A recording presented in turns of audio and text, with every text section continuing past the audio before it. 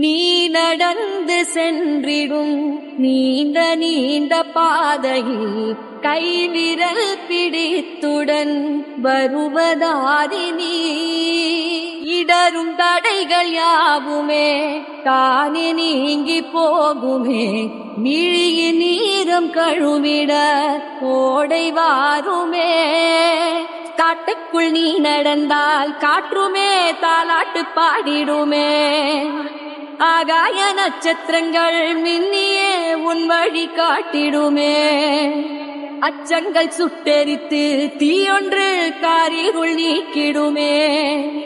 நீ போடும் விதையெல்லாம் வளர்த்தே காடாகி வான் தொடுமே. செல்லமே வாணி கதை கேட்டு மெல்ல விழி மூடு.